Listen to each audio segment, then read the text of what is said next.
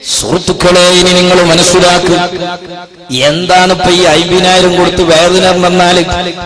അല്ലേ, നമ്മുടെ ഉലമാക്കൾ വഅള് പറഞ്ഞു പഠിപ്പിച്ച പലതുമുണ്ട്. ആ ഉലമാക്കൾ ആയത്തോതി വഅള് പറയാറുണ്ട്, ആ ഉലമാക്കൾ ഹദീസോതി വഅള് പറയാറുണ്ട്, ആ ഉലമാക്കൾ പാട്ടുപാടി വഅള് പറഞ്ഞു വരാറുണ്ട്. ആ പാട്ട് പട്ടുറുമാലിലെ പാട്ടുകളല്ല, ആ പാട്ട് സിനിമാ സീരിയലുകളെ പാട്ടുകളല്ല. മനസ്സിൽ പറക്കുന്ന ആത്മീയമായ പ്രഭാഷണം പണ്ട് കാലങ്ങളിൽ ഉലമാക്കൾ പറഞ്ഞു തന്നത് അതേ മഹാനായ തഴവ മൗലവിയുടെ പാട്ടുകളില്ലോ.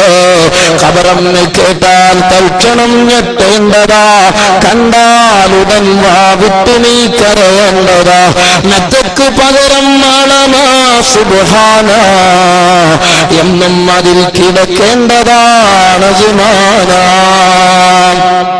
എത്രയെത്ര പാട്ടുകളിലൂടെ, എത്രയെത്ര വയലുകളിലൂടെ, എത്രയെത്ര ഹദീസുകളിലൂടെ, ആയത്തുകളിലൂടെ, കഥകളിലൂടെ ഈ സമുദായത്തിൽ ശംസുൽ ഉലമ വയലു പറഞ്ഞു, അതുപോലെ കന്നിയത്ത് ഉസ്താദ് വയലു പറഞ്ഞു, പേരോട് ഉസ്താദ്, കാന്തപുരം ഉസ്താദ് അടക്കമുള്ള ഉലമാക്കൾ വയലു പറയുന്നു.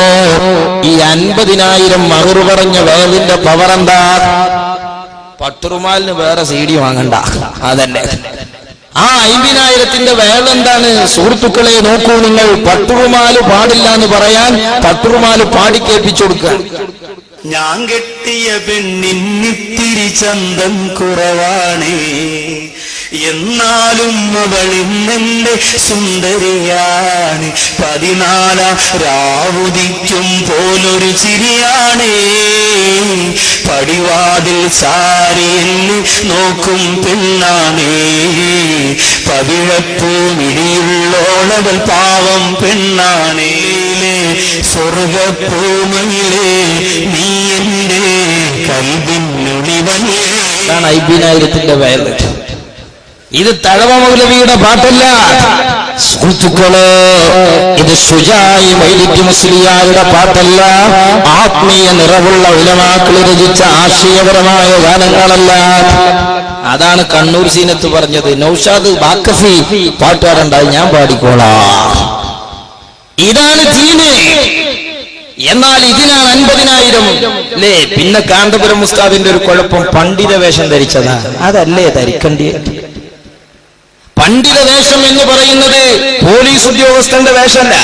പോലീസ് ഉദ്യോഗസ്ഥൻ സ്റ്റേഷനിൽ അവർക്കൊരു യൂണിഫോം ഉണ്ട്, വീട്ടിലെത്തിയാൽ ഒരു മഫ്തി വേഷമുണ്ട്. അതല്ലല്ലോ പണ്ഡിത വേഷം.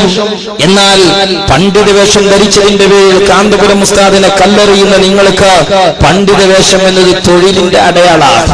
അതുകൊണ്ടാണ് വയലിന് സ്റ്റേജ് കയറുമ്പോ ഉള്ള തട്ടവും ടൂറിന് പോകുമ്പോ കാണാത്തത്. ആ നൗഷാദ് ബാക്ക് തന്നെയാണ് നിങ്ങൾ കാണുന്നത്.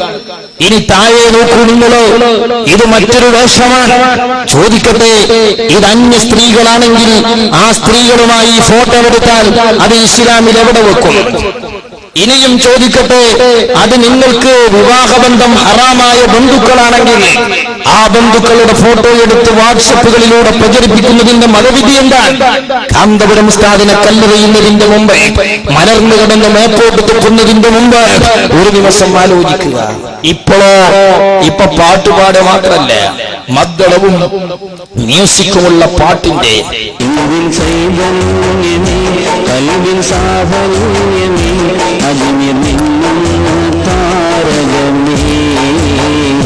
അജബിൽ തിരതല്ലും സാഗരമേ, യാ ചിശ്തി സലാം, യാ മുഈനേ സലാം, യാ മരീദ് നവാസ് സലാം, യാ മരീദ് നവാസ് സലാം. അവശർത്താണിയായി പിറന്നവരെ, അജാവരി ദുവാസായി പ്രകാശനം ചെയ്യുന്ന ബർക്കത്താക്കപ്പെട്ട കർമ്മങ്ങളിലേക്ക് ഇനി ഖിയാമത്ത് നാളിന് എത്ര ദൂരമുണ്ടെന്ന് മുസ്ലിമീങ്ങൾ ആലോചിച്ചാൽ മതി. സുഹൃത്തുക്കളെ, ഇതാണ് കാന്തപുരം ഉസ്താദിനെ കല്ലെറിയുന്നവർ ഈ സമുദായത്തിൽ ചെയ്തുകൊണ്ടിരിക്കുന്ന വിഷയങ്ങൾ.